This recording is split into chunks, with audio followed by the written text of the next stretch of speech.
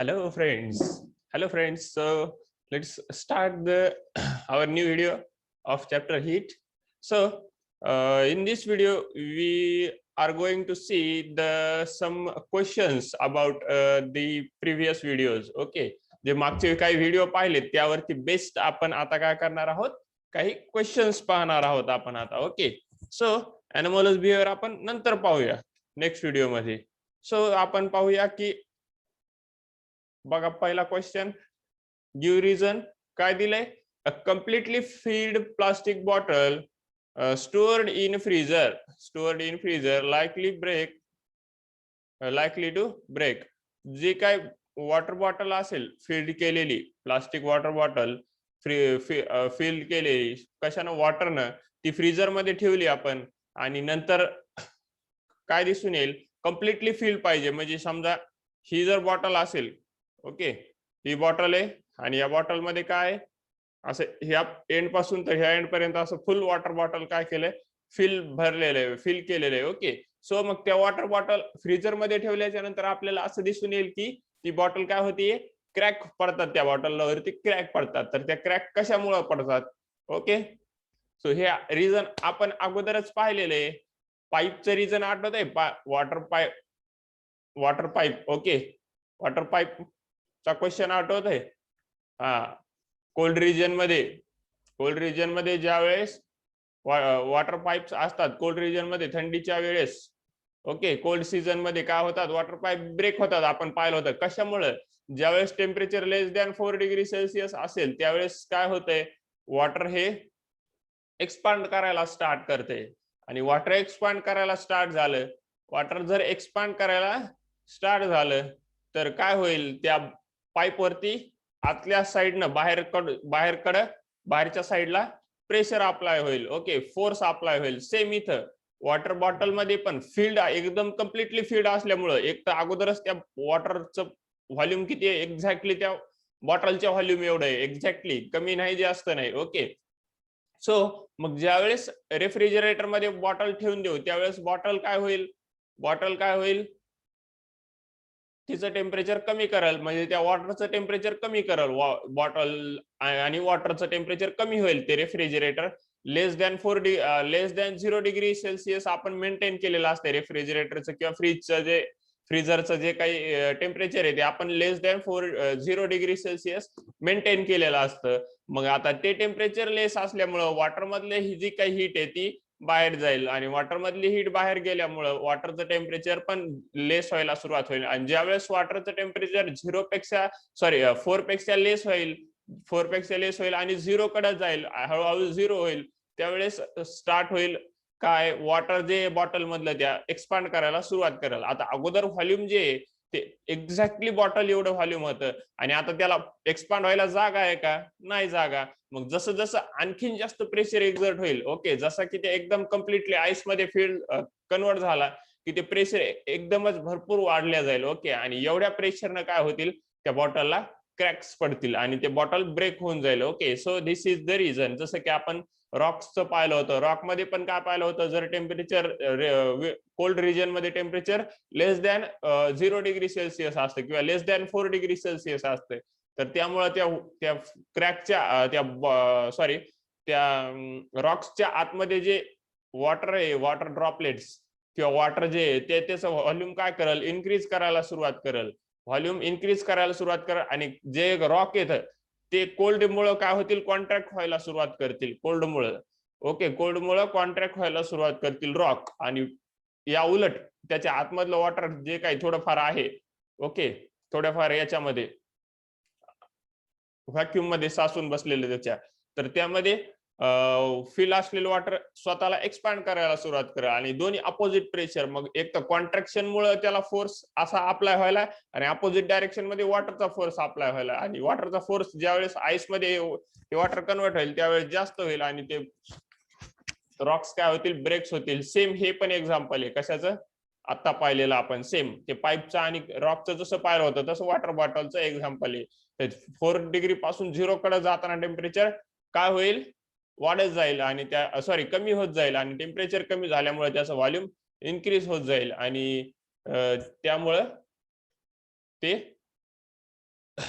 Water bottle जे break होऊन जाईल. तुम्ही लिहू शकता त्याच्यात we maintain the temperature of refrigerator or freezer less than 0 degree Celsius.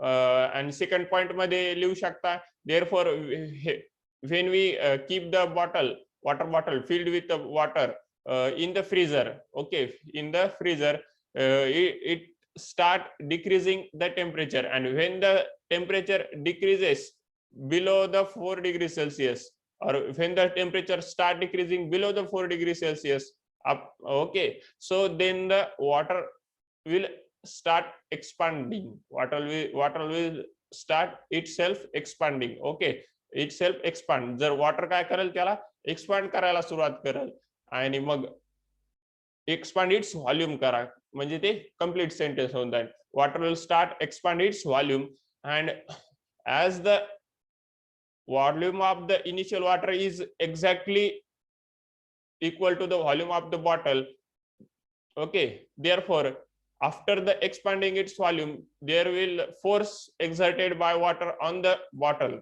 वरती water कडून force exert होईल, आणि therefore bottle will is likely to break. Water is likely to break, sorry, bottle is likely to break. Okay, त्यामुळे मग bottle हे break होण्याची शक्यता असेल किंवा ब्रेक होऊन जाईल. जसं की ब्रेक होईल ती वॉटर, एवढं प्रेशर त्यावरती अप्लाय असते. लाईकली म्हणजे जवळपास तेवढं प्रेशर अप्लाय असते की जी वॉटर बॉटल ब्रेक होऊन जाईल आणखीन जर असं प्रेशर अप्लाय झालं. So this is your first question on the previous videos. Now let's see the second question. Okay, ice is put into the tumbler containing water at room temperature. Okay, to cool water quickly, should the ice be allowed to float naturally in the water or be pushed to the bottom of the tumbler with the spoon and held there? Justify your answer. Okay, okay, so आपल्याला question मध्ये काय दिलंय की जे काही tumbler आहे म्हणजे glass असतो बघा, एक असा एकदम सपाट बॉटम असेल, एकदम असं एकदम फ्लॅट बॉटम, आणि त्याचे एकदम स्ट्रेट अशा साईडच्या वॉल्स असतात त्या ग्लासच्या. ओके, आणि ज्याला की धरायला हँडल नसतं त्याला आपण टम्बलर म्हणतो. जे वॉटर फिल करण्यासाठी एक थोडं मोठ्या साईडचा ग्लास असतो. Okay, container type. तर त्याला किंवा त्याला तुम्ही बीकर सारखा पण म्हणू शकता, एक्झॅक्टली बीकर सारखं. Okay, so ice put into that tumbler containing the water at room temperature. त्यामध्ये वॉटर फिलअप केलेले आहे रूम टेम्परेचरचा, आणि त्यामध्ये आईस फिलअप केला, आपण पुट केला. Okay, so to cool water quickly. आता वॉटर लवकर कूल होण्यासाठी काय करावं लागेल? दोन ऑप्शन दिलेत आपल्याला. Should the ice be allowed to float naturally in water. Ice काय करावं लागेल? नॅचरली फ्लो हो द्यावा लागेल, की ऑर म्हणजे किंवा be pushed to bottom of the tumbler with the spoon. का जो काही आईस आहे तो बॉटमला जाऊ द्यावा लागेल का? जो काही आईस आहे तो बॉटमला जाऊ द्यावा लागेल का? तर त्याचा आन्सर आपल्याला द्यायचंय. म्हणजे स्पून ना असा पुश करून बॉटमला ठेवावा लागेल का थंड होण्यासाठी, आणि तिथं थंड होईपर्यंत ठेवावा लागेल का? तर हे आपल्याला आन्सर, जस्टिफाय युअर आन्सर म्हणजे ते स्पष्ट करायचंय. आपण का रिझन सांगितलं, त्याच्या मागचं रिझन सांगितलंय, ह्या दोन्हीपैकी कोणतं ऑप्शन चूज केलंय त्याच्या मागचं रिझन सांगायचंय, का चूज केलं ऑप्शन. ओके, सो बघा आता सेकंड ऑप्शन आपण चूज करूया, B push to the bottom of the tumbler with the spoon and held. आता जर असं केलं तर काय होईल? बघा, पहिला ऑप्शन, जर टम्बलरच्या बॉटमला जर आपण आईस जर पुश केला स्पूनच्या हेल्पनं आणि तिथं जर ठेवला तर वॉटर कूल होईल का फास्ट? तर माझा आन्सर आहे नो. कशामुळे नो? तर जरी आईस आपण वॉटर मध्ये ठेवलाय तरी आईस कुठे आहे सध्या? बॉटमला आपण पुश करून ठेवलेला आहे, हेल्ड केलेला आहे. आणि मग आता तो हीट कोणाची ऍब्झॉर्ब करणार? बॉटमच्या वॉटरची. ओके, अप्पर लेअरची हीट ऍब्झॉर्ब करणार आहे का? आता समजा हा कन्सिडर करा, या ठिकाणी आपण ग्लास ड्रॉ करूया. ओके, हा तो ग्लास आहे. ओके, हा तो ग्लास आहे टम्बलर, आणि यामध्ये असं वॉटर फिलअप केलेलं आहे.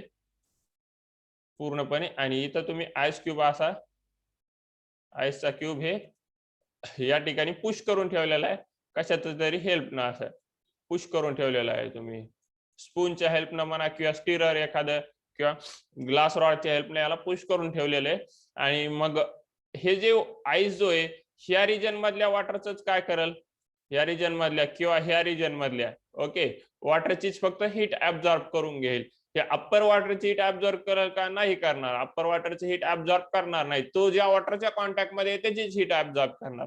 मग याची हीट ऍब्झॉर्ब केल्याच्या नंतर याचं टेम्परेचर डिक्रीज व्हायला सुरुवात होईल. आणि ज्यावेळेस टेम्परेचर डिक्रीज होते वॉटरचं, आपल्याला माहिती आहे टेम्परेचर डिक्रीज झालं की वॉटरचं व्हॉल्यूम काय होतंय, डिक्रीज होतंय. वॉटरचं व्हॉल्यूम डिक्रीज होतंय. ओके नॉर्मल पासून म्हणतोय मी, 4 डिग्री पेक्षा लेसची गोष्ट नाही चालू. वॉटर सध्या कोणत्या टेम्परेचरला आहे, नॉर्मल डिग्री टेम्परेचरला आहे. मग आता व्हॉल्यूम डिक्रीज व्हायलंय म्हणजे त्याची डेन्सिटी काय झालेली असेल, डेन्सिटी इन्क्रीज झालेली असेल. व्हॉल्यूम डिक्रीज झालं, डेन्सिटी इन्क्रीज. दोन्ही इनवर्स प्रोपोर्शन असतात, आपल्याला माहिती आहे. व्हॉल्यूम आणि डेन्सिटी कसे असतात, इनवर्स प्रोपोर्शन असतात एकमेकांना. व्हॉल्यूम इन्क्रीज झालं तर डेन्सिटी डिक्रीज होणार. ओके सो मग टेम्परेचर डिक्रीज झालं, व्हॉल्यूम डिक्रीज झालं, मग डेन्सिटी इन्क्रीज होणार. आणि इन्क्रीज झाल्या डेन्सिटीचं वॉटर बॉटमला सेटल राहील. मग आता हे कंटिन्यू फक्त खालच्याच वॉटरचं काय करायला, हीट ऍब्सॉर्ब करायला. वरचं वॉटर कूल होणार आहे का, नाही होणार. म्हणजे थ्रू आउट वॉटरच कूल नाही होणार. म्हणजे मग याला वेळ लागेल. म्हणजे सगळं अगोदर खालचं बॉटमचं वॉटर कूल होऊ द्यावं लागेल आणि नंतर काय होईल, मग हे याची जी काही हीट आहे अप्पर वॉटरची तो ऍब्झॉर्ब करून घेईल लोअर वॉटर, अप्पर वॉटरची हीट ऍब्झॉर्ब करून घेईल लोअर वॉटर. आणि हळूहळू मग वरचं वॉटर कूल व्हायला स्टार्ट होईल. त्याशिवाय स्टार्ट होईल का अप्पर वॉटर कूल व्हायला, नाही होणार. म्हणजे वेळ लागेल. कसं काय केलं तर, आपण जर तो आईस क्यूब जर बॉटमला ठेवला तर, पण त्याच्याऐवजी आईस क्यूब जर आपण नॅचरली असा याच्यावरती फ्लोट होऊ दिला, असा नॅचरली यावरती फ्लोट होऊ दिला आईस क्यूब, तो जो काही असेल 1 टाकला 2 टाकला किती टाकले, तो आईस क्यूब जर नॅचरली फ्लोट होऊ दिला, तो काय करेल, या वॉटरची हीट ऍब्झॉर्ब करून घेईल स्वतःमध्ये इथल्या वॉटरची. मग इथल्या वॉटरची हीट ऍब्झॉर्ब झाली की त्याची व्हॉल्यूम कमी होईल. व्हॉल्यूम कमी झाला, डेन्सिटी वाढली, वॉटर कुठे गेलं, बॉटमला गेलं. मग कूल झालेलं वॉटर खाली गेलं आणि जे डेन्सिटी जास्त होती, जे नॉर्मल टेम्परेचरचं वॉटर होतं ते वरती आलं. पुन्हा वरती आल्याच्या नंतर त्याची हीट याच्यामध्ये गेली. ओके हे वॉटर वरती आलं आणि त्याची हीट आईस मध्ये ट्रान्सफर व्हायला सुरुवात झाली. असं करत करत ही सायकल चालू राहील आणि ह्या थ्रू आउट वॉटर काय होईल, लवकर कोल्ड होईल as compare to this method. Okay second method, ही फर्स्ट मेथड आहे आणि सेकंड मेथड आहे. तर मग आन्सर कोणते लिहावं लागेल आपल्याला याच्यामध्ये आईस लवकर होण्यासाठी, तर आन्सर राहील to cool water quickly ice should be allowed to float naturally. Okay काय आन्सर राहील, हे आन्सर राहील to cool water quickly ice. बघा सेंटेन्स अरेंजमेंट कशी होईल, आईस शुड बी, हे the ice should be allowed to float naturally in the water. Okay or नाही येणार, नॅचरली इन द वॉटर. इथपर्यंत हे आन्सर राहिलं. मग जस्टिफाय कसं करणार, जस्टिफाय कसं करणार याला बघा. जस्टिफाय करताना मग हे रिझन लिहावं लागलं आता सांगितलेलं.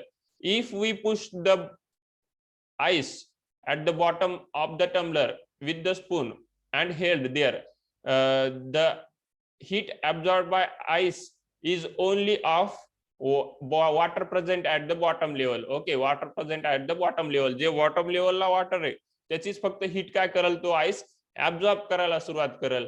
आणि मग therefore there will be slow process of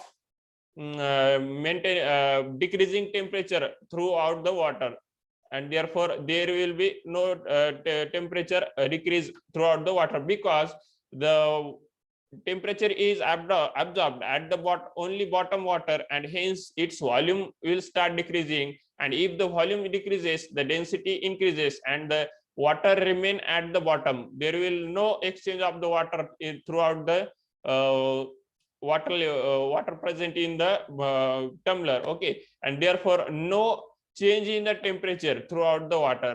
Okay जे पूर्ण वॉटर आहे त्यामध्ये चेंज होणार नाही. There will change in only temperature of the bottom water. Okay and the process will take time to completely change the temperature of water.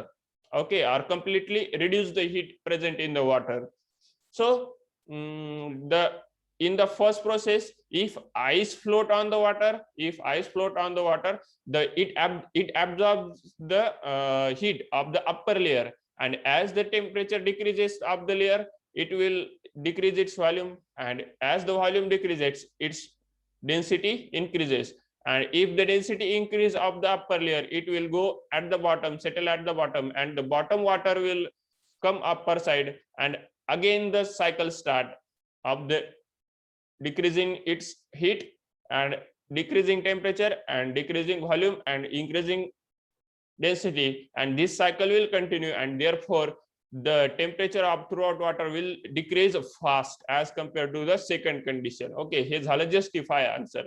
तर हा झाला तुमचा सेकंड क्वेश्चन. ओके, सो असे क्वेश्चन्स बरेच काही विचारले जाऊ शकतात, तर तुम्हाला तुमच्या त्यावढी स्टडी ठेवावी लागेल की तुम्हाला स्वतःला त्याला जस्टिफाय करता आलं पाहिजे. हे दोन मी एक्झाम्पल म्हणून घेतले, काही तुम्हाला माहिती असावं म्हणून. यासारखे बरेचसे काही असतात, तर तुम्ही ते ट्राय करून बघू शकतात वेगवेगळ्या बुक्स मध्ये. जर यावरती बेस्ट क्वेश्चन्स असतील, म्हणजे रिज्युलेशन वरती असेल किंवा लॅटेंट हीट वरती असेल, ऍब्झॉर्प्शन वरती असेल, यावरती बेस्ट क्वेश्चन जर असतील तर तुम्ही ते हे करू शकतात, घेऊ शकतात ते क्वेश्चन्स. ओके, सो तर आपण आता या ठिकाणी क्वेश्चन्सचा जो हा व्हिडिओ होता पूर्णपणे या ठिकाणी थांबूया. जरी हा व्हिडिओ छोटा होता असला तरी या व्हिडिओवरती या ठिकाणीच थांबूया, कारण की मग पुढचा व्हिडिओ कम्प्लिटली आपल्याला नेक्स्ट नवीन पॉइंट वरती घेता येईल. ओके, सो स्टडी करा आणि काही क्वेश्चन्स असतील तर विचारू शकता बिंदासपणे. ओके.